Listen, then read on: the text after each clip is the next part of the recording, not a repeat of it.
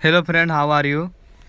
आज हम लोग देखेंगे ब्रिटिश कालीन लगान व्यवस्था, जिसमें पहला है अस्थाई बंदोबस्त, रैयतवारी व्यवस्था, महलवारी व्यवस्था।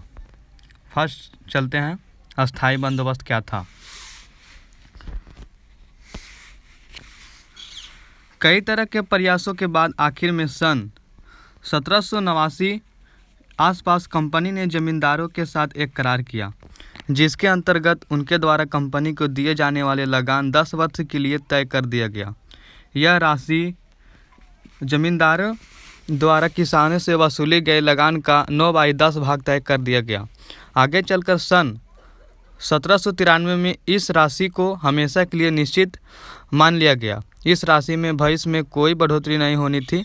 इसे अस्थायी बंदोबस्त का नाम दिया गया।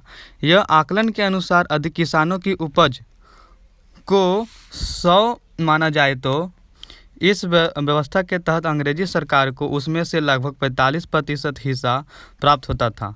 जमींदार और उसके करिंदे अपने लिए करीब 15% हिस्सा वसूलते थे और शेष 40% किसान के पास बचता था।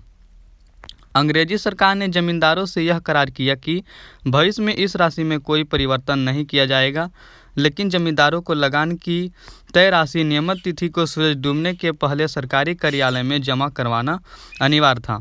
ऐसा नहीं करने पर उनकी जमींदारी नीलामी कर दी जाती थी।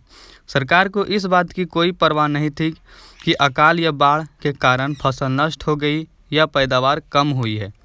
जमींदारों को हर हाल में तय राशि नियत तिथि पर जमा करना ही था। यह था लगान व्यवस्था। हम लोग देखेंगे रैयतवारी व्यवस्था।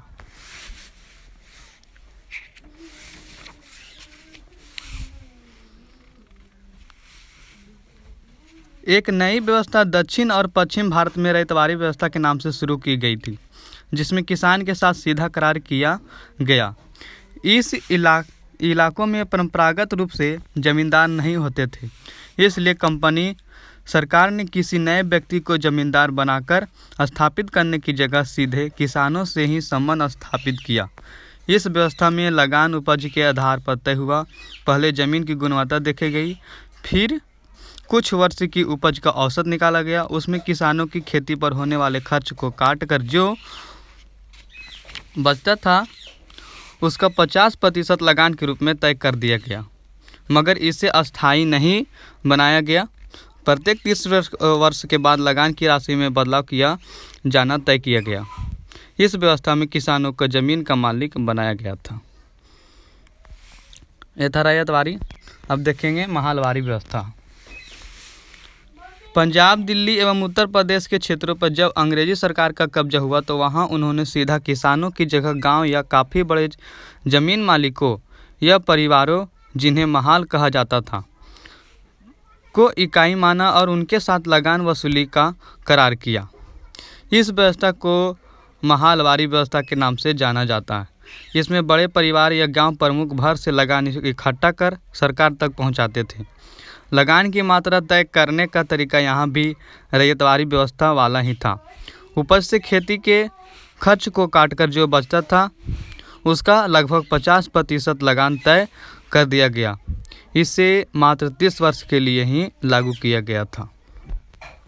अब देखेंगे महाल क्या होता है।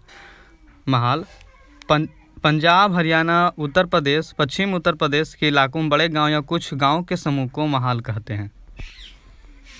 Thank for watching friend. धन्यवाद।